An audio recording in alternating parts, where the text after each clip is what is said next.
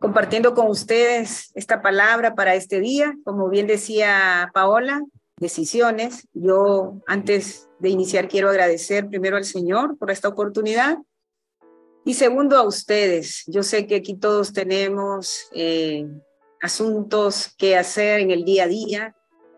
Aprovechamos siempre el tiempo y qué bueno que usted pudo tomar la decisión de estar, de conectarse y pues pedirle también que tome la decisión de disponer su corazón y su mente, sus oídos de sabios ahí escuchando, para que esta palabra pues pueda tener el fruto que el Señor pues ha preparado y que dé el fruto al 100%, y que usted no solamente se quede con esta palabra, sino que la comparta a otros, que la comparta con aquellos que pueden estar en una situación en la que hoy vamos a tratar, y usted puede decirle, mira, aprendí esto, mira, te recuerdo lo que dice la palabra. Así que, como dicen los difíciles, vamos a entrar en materia. Pues decisiones, todos sabemos que en la vida vamos a tomar decisiones que son importantes y trascendentales. Cómo formar una familia, el tener hijos, la carrera que vamos a elegir para de esa manera desarrollar esos talentos, el creer o no creer en Dios. Esas opciones son muy trascendentales en nuestra vida y que al final se reducen, según los estudios, en 5 o 6 a lo largo de toda nuestra vida, 5 o 6 decisiones trascendentales. Pero nosotros diariamente vamos a tomar decisiones que no son trascendentales, le vamos a llamar decisiones intrascendentales o no trascendentales. Por ejemplo, cuando usted por la mañana, o no sé si lo hace un día antes, qué ropa se va a poner al día siguiente, cómo va a ir, cómo se va a transportar a su trabajo, qué va a desayunar o ahora mismo qué va a cenar después de que terminemos la reunión. Dónde va a pasar sus vacaciones próximas. La inmensa mayoría de nuestras decisiones son pequeñas, intrascendentales y son muchas veces, se olvidan, olvidables, le llama a alguien por ahí. Ahora, el conjunto de todas las grandes decisiones que hablábamos al principio, las grandes y esas pequeñas que tomamos a diario, son las que a nosotros nos definen y somos en definitiva la suma de todas esas decisiones. Ahora, yo hoy quiero preguntarle, y de eso se va a tratar nuestra reflexión de este día. ¿Cómo toma usted sus decisiones? ¿Cómo tomó usted más de algunas de estas decisiones trascendentales? Usted ya las tomó. ¿Cómo las tomó? Y mientras usted está viviendo y restan días, si mañana nosotros continuamos con vida, vamos a seguir tomando decisiones. Y hoy quiero contarles 2 historias que están a través de la palabra, cómo se tomaron estas decisiones, qué consecuencias tuvieron y que en el caso de aquellas consecuencias que fueron negativas, cómo se puede esto redireccionar. Y quiero que vayamos con la primera. La primera está en Números 13, versículo 2, 18 y 20. Aquí vamos a hablar del pueblo de Israel. Esta historia, ya en este punto, ya el pueblo de Israel ya ha sido liberado de la esclavitud y está en ese camino, en el desierto. Y un día le dice el Señor a Moisés, Moisés le dice, envía hombres a explorar la tierra de Canaán, la tierra que les daré a los israelitas. Yo quiero que ponga atención en esta palabra porque esto es lo que nos va a ir abriendo toda la visión completa de lo que el Señor quiere hoy pues dejar en nuestra vida. Y le dice el Señor, y es el Señor el que le dice a Moisés, la tierra que les daré a los israelitas. Yo no sé a usted qué promesa le ha dado el Señor. Y esto mismo, la promesa que el Señor le ha dado a usted, le está también, él le dice a Moisés, la tierra que les voy a dar a los israelitas. ¿Y quién eran los israelitas? El pueblo, o sea, Moisés incluyendo a todos, ¿verdad? Los que estaban en el desierto camino a esa tierra prometida. Y le da instrucciones y le dice, envía un jefe de cada una de las 12 tribus de sus antepasados. Fíjense, le dice Moisés cuando está dando la instrucción, ya en el 18. Esto fue en el versículo 2, ahora vamos al 18, dice, fíjense, les dice a los 12. Dentro de estos 12 hay 2 personajes, Josué y Caleb, y les dice, Fíjense cómo es la tierra y averigüen si sus habitantes son fuertes o débiles, pocos o muchos. Observen cómo es la tierra en que habitan. ¿Es buena o mala? ¿Viven en ciudades amuralladas o sin protección, a campo abierto? ¿El terreno es fértil o estéril? Bueno, me imagino que les hice un listado apuntando los 12, si el terreno, estéril o fértil. Abundan los árboles, hagan todo lo posible por traer muestras de las cosechas que encuentren. Era la temporada de cosecha de las primeras uvas maduras, imagínense, ¿verdad? Que yo recuerdo que en la escuela dominical la imagen que cuando me contaban esta historia era 2 personas cargando un racimo de uvas, pero inmensas, ¿verdad? Aquellas uvas. Pero ustedes ven aquí cuando le dicen todas las instrucciones, fíjense, miren, vayan a la tierra, y ustedes si leen capítulos previos a esto, cuando el pueblo de Israel, el pueblo hebreo estaba en esclavitud en Egipto, sus pláticas siempre eran cuando el Señor, la tierra prometida, cuando el Señor nos lleve a esa tierra prometida. Siempre ellos soñaban, estando en esclavitud, ellos soñaban con esa tierra prometida que el Señor les había dado esa promesa, ¿verdad? Entonces, aquellos hombres van, cuando vienen de regreso, ya en Números 13, del 32 al 33, a estos hombres se les olvidó, a los 10, ya vamos a ver por qué 10 y no 12. A 10 se les olvidó que la promesa, quien la había dado, no la había dado hace una semana el Señor, no se las había dado hace un mes o hace un año. Años atrás, el Señor les había dado esta promesa, pero se les olvidó. Ellos se pusieron su mirada en cómo les dijo Moisés, fíjense en la tierra, vean cómo es ahí, cómo son los frutos y traigan muestras de todo, ¿verdad? Pero ellos se fueron pensando solo en lo natural. Miren cómo dice el 32, Números 13, 32, 33. Entonces comenzaron a divulgar entre los israelitas el siguiente mal informe sobre la tierra. Mal informe sobre la tierra. ¿Qué estaban escuchando todo el pueblo? Un mal informe. Dice, la tierra que atravesamos y exploramos devorará todo aquel que vaya a vivir ahí. ¿Quién dijo eso? O sea, ¿a dónde está eso? Ellos lo estaban diciendo por el mismo. Aquellos, me imagino, vieron aquellas ciudades amuralladas y dice, todos los habitantes que vimos son enormes, hasta había gigantes, los descendientes de Anac, dice. Y miren cómo ellos enfatizan, porque así lo dice la palabra, lo tiene hasta en signos de admiración, dice, al lado de ellos nos sentíamos como saltamontes y así nos miraban ellos. Esto no sé si a usted le parece conocido esta frase que muchas veces decimos nosotros. Hemos dicho, o no sé, yo creo que tal vez aquí no pasa, pero ¿ha escuchado usted decir a alguien? No, a ese puesto yo no llego, a ese puesto llegan solo los hijos de los ricos o los que tienen el conecte en el gobierno. Esa empresa no, yo no creo que pueda tener una empresa como tal empresa, ¿verdad? Haciendo un ejemplo, ¿verdad? Como en comparación. Así estaban estas personas, diciendo, al lado de ellos nos sentíamos como saltamontes y así nos miraban ellos. Se pueden imaginar cómo esta gente se había centrado en todo lo que miraban y se les había olvidado la promesa que el Señor les había dado. Porque si leímos al principio cuando le da la instrucción, Dios a Moisés le dice, la tierra que les voy a dar, que les daré a los israelitas, ya esa tierra tenía nombre, ya esa tierra se sabía que era la tierra del pueblo escogido del Señor, pero a ellos se les olvidó, vieron lo natural, lo que hablaba la gente. Muchas veces a nosotros nos pasa eso, escuchamos lo que dice el vecino, lo que dicen las noticias, lo que hablan, porque va a haber gente que va a hablar cosas que no son agradables acerca de nosotros, ¿verdad? El enemigo va a querer levantar situaciones adversas, mala información. Creo que a todos nos ha pasado, que hemos pasado por esas etapas, pero en esos momentos cuando uno tiene que poner su mirada en lo que el Señor nos ha prometido, porque Él no va a cambiar. Miren, el otro ejemplo, más adelante vamos a ver las consecuencias que tuvo esto, y quiero aclararle, recordar que aquí solo fueron 10 personas que hablaron este mal informe, porque Josué y Caleb dijeron diferente, dijeron, si el Señor nos lo prometió, Él nos la va a dar, ánimo, no se desanimen, y por eso lo querían, más adelante vamos a leer que querían apedrear a Josué y Caleb.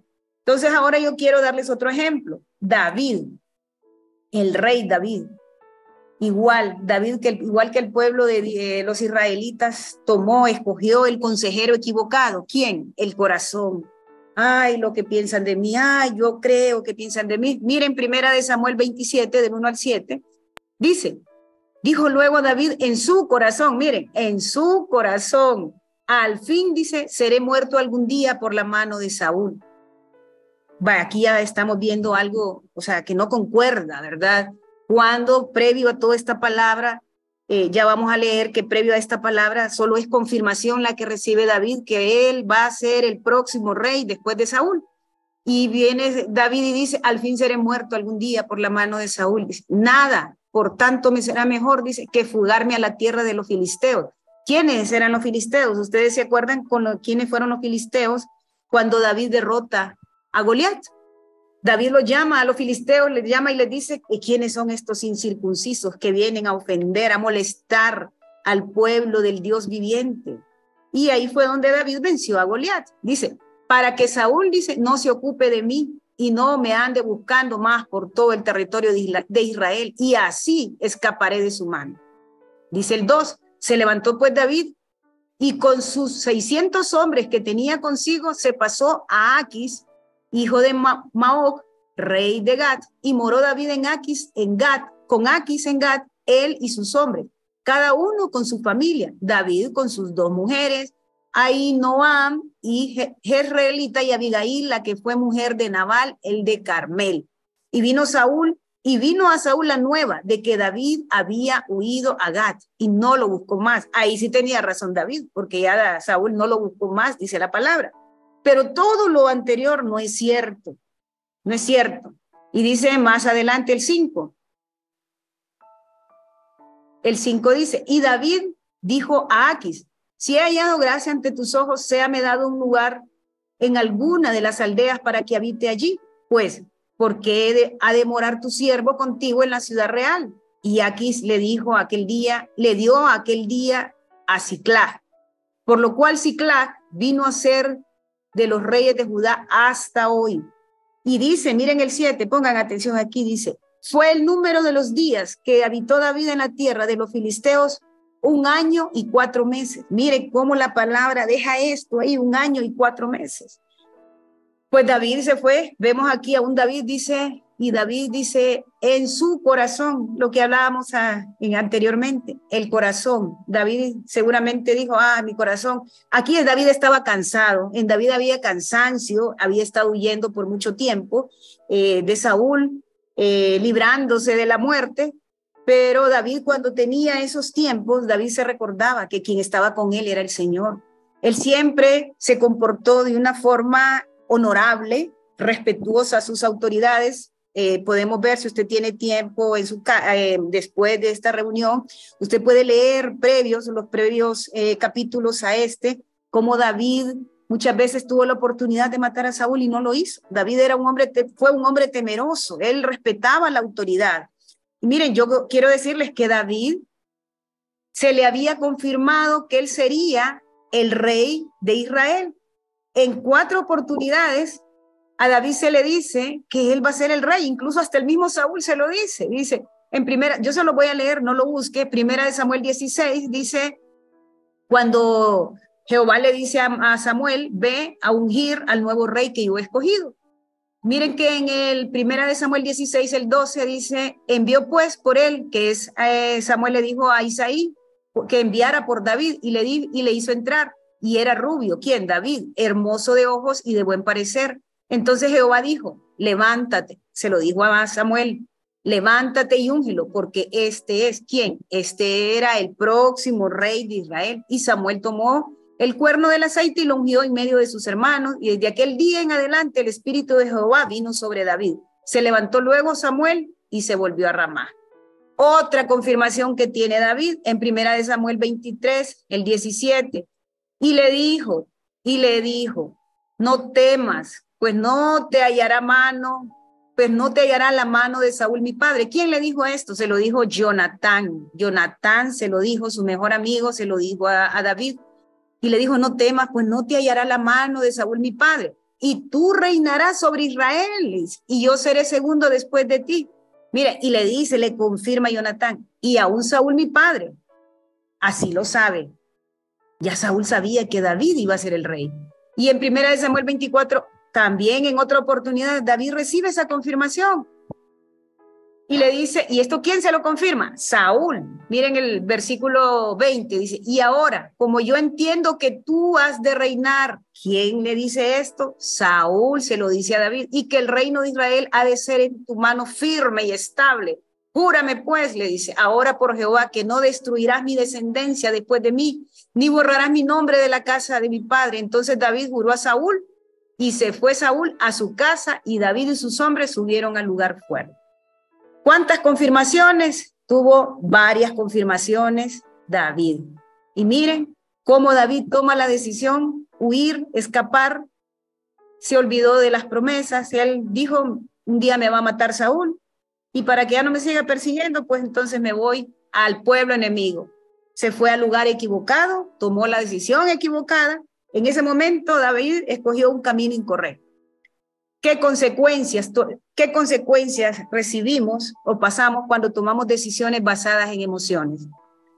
Hablando del primer ejemplo, el pueblo de Israel, en este caso, en Números 14, del 10 al 11, aquí podemos leer la consecuencia. Dice, todo el pueblo se empezó a quejar, hubo tantas situaciones que Dios hizo, tantas señales que Dios había hecho para que mostrar su gloria y que este pueblo confiara que así como ese Dios los había librado, este pueblo iba a llegar, que la tierra era inmensa, era grande, había gente grande, gigantes, como ellos decían.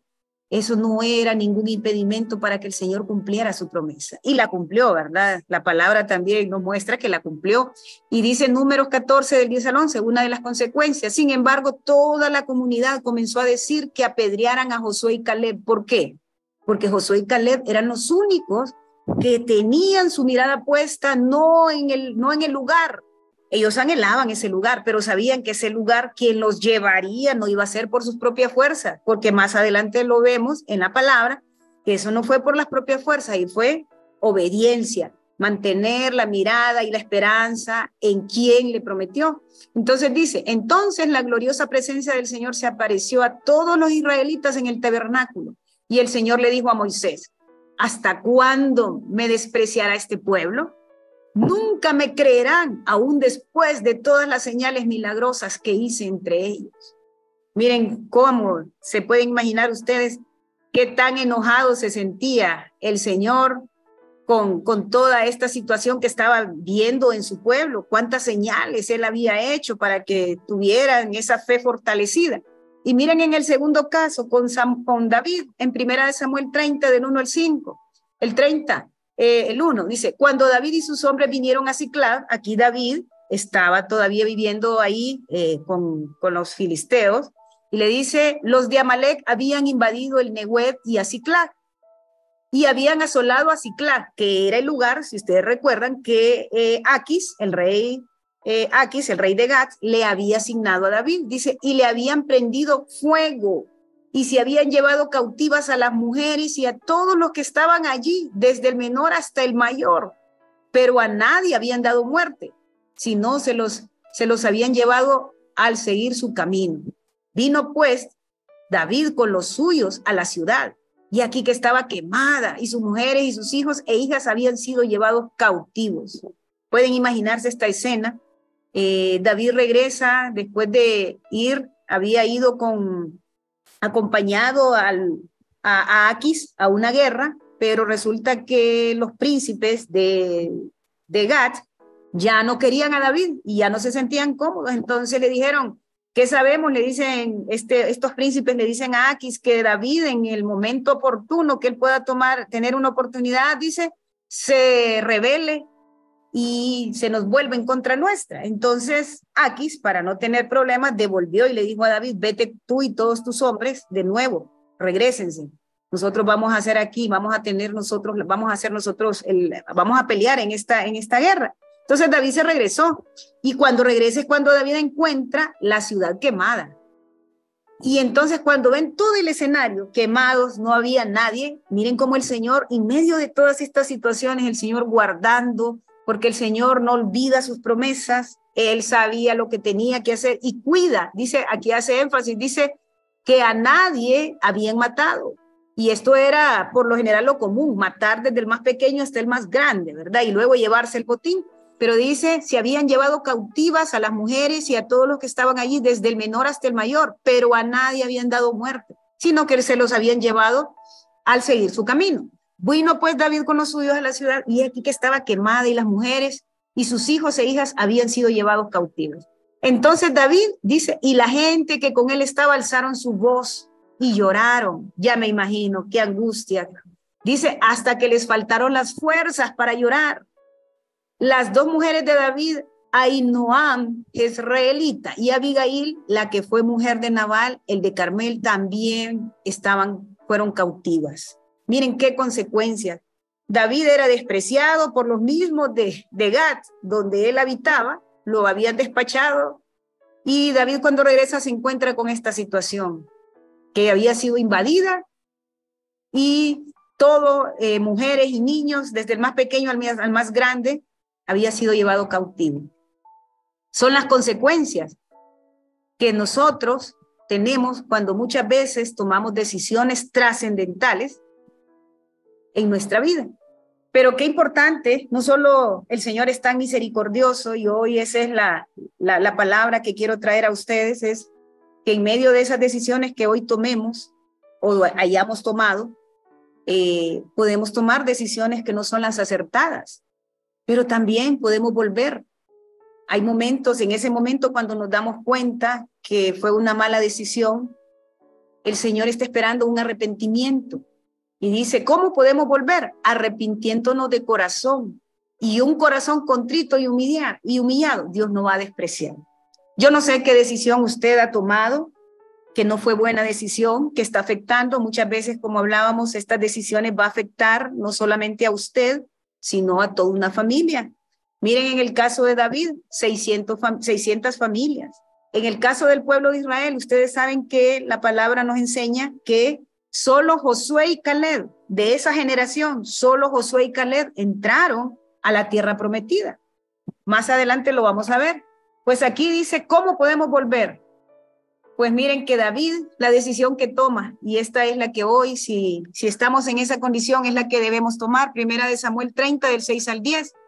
Dice el 6, y David se angustió mucho, porque el pueblo hablaba de apedrearlo. Aquí también querían apedrear a David, ¿verdad? Pues todo el pueblo estaba en amargura de alma, cada uno por sus hijos y por sus hijos, no era por sus hijos e hijas, no era para menos. Más David, miren qué hizo David. Aquí sí David empezó a, como dicen, a volver en sí y dijo, mas David se fortaleció en Jehová su Dios.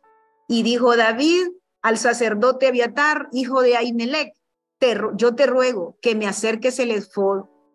Y Abiatar acercó el efod a David y David consultó a Jehová. Aquí ya es el verdadero David. Aquí ya es el verdadero hijo de Dios. Aquí ya nosotros podemos decir, si usted está en esa condición, tomar ese ejemplo de David. ¿Qué hizo David? Y David consultó a Jehová diciendo, y le mire cómo la comunicación, qué lindo el Señor. Le dice David, perseguiré a estos merodeadores, los podré alcanzar. Y mire la respuesta que le dijo el Señor, síguelos, porque ciertamente los alcanzarás. Qué reconfortante esta respuesta. Y de cierto, librarás a los cautivos. Partió pues David, él y los 600 hombres que con él estaban, y llegaron hasta el torrente de Besor, donde se quedaron algunos. Y David siguió adelante con 400 hombres, porque se quedaron atrás 200, que cansados no pudieron pasar el torrente de Besor. Miren qué bonito, cuando David decidió consultar a Jehová, el Señor le respondió y le dijo, síguelos, le dio esperanza y le dice, David, aquí parafraseando David, mi promesa sigue, permanece, mi promesa se mantiene, David, yo no soy un Dios que cambio. David, ve, rescata a todo el pueblo y vuelve por el camino, que regrésate donde te desviaste. Igual pasa con el pueblo de Israel. Miren, el Señor dice, voy a destruirlo con el pueblo de Israel. Cuando ve toda esa desobediencia, dice, yo lo voy a destruir, yo ya no, este pueblo me tiene cansado, le dice a Moisés. Pero miren qué lindo, cómo aquí hay un intercesor y yo quiero, por eso traje esta palabra, porque probablemente usted no esté en esta situación, pero puede ser que alguien cercano a usted sí, que haya tomado una decisión que está afectando toda una familia que está afectando, pues póngale que tal vez a una sola persona, pero usted dice, ¿qué puedo hacer? Pues aquí está. Esa intercesión, Moisés viene y le dice, por favor, Señor, demuestra que tu poder es tan grande como lo has declarado, le dice, como lo has dicho. El Señor es lento para enojarse y está lleno de amor inagotable y perdona toda clase de pecado y rebelión, pero no absuelve al culpable. Él extiende los pecados de los padres sobre los hijos. Toda la familia se ve afectada, hasta los hijos de la tercera y la cuarta generación. En conformidad con tu magnífico e inagotable amor. Por favor, le dice, miren qué intercesor, y esto es lo que el Señor hoy nos llama. Por favor, le dice, perdona los pecados de este pueblo, así como los has perdonado desde que salió de Egipto. Entonces el Señor le dijo, los perdonaré como me lo pides. Esto es una esperanza para nosotros también hoy. Pero tan cierto como que yo vivo y tan cierto como que la tierra está llena de la gloria del Señor. Le dice, ni uno solo de este pueblo entrará jamás en esta tierra. Todos vieron mi gloriosa presencia y las señales milagrosas que realicé, tanto en Egipto como en el desierto. Pero vez tras vez me han probado, rehusando escuchar mi voz. Ni siquiera verán la tierra que juré dar a sus antepasados, lo que yo les decía. O sea, esta promesa no venía de hace unos cuantos años, era sus antepasados, muchos años atrás, dice. Ninguno de los que me trataron con desdén la verá. Sin embargo, dice, mi servidor Caleb tiene una actitud diferente a los demás. Él se ha mantenido fiel a mí, por lo tanto, yo lo le llevaré a la tierra que él exploró. Sus descendientes tomarán posesión de la porción de la tierra que les corresponde. Y si seguimos leyendo la palabra, mis hermanos, así se cumplió esta palabra. Así que yo hoy lo animo, si conoce a alguien que está en una condición difícil por haber tomado una decisión equivocada y la tomó basada en las emociones, pues yo lo animo para que usted pueda compartir esta palabra y pueda transmitirla a otros para que traiga esperanza, porque nada, en el Señor nada está perdido. Ya vimos a un David que pensó que lo iba a matar Saúl, eso no era cierto, no iba a ser porque tenía una promesa. Vimos a un pueblo que miraron una ciudad imposible de conquistarla, pero no fue así, también entraron a esa tierra prometida. Josué y Caleb de esa generación entró a esa tierra porque le creyó al Señor. ¿Qué es lo que necesitamos nosotros hoy? Arrepentirnos de corazón, y dice su palabra que un corazón contrito y humillado Dios no va a despreciar. Así que el Señor los bendiga y deseo que esta palabra traiga el fruto al 100 por 1 en sus vidas. Bendiciones.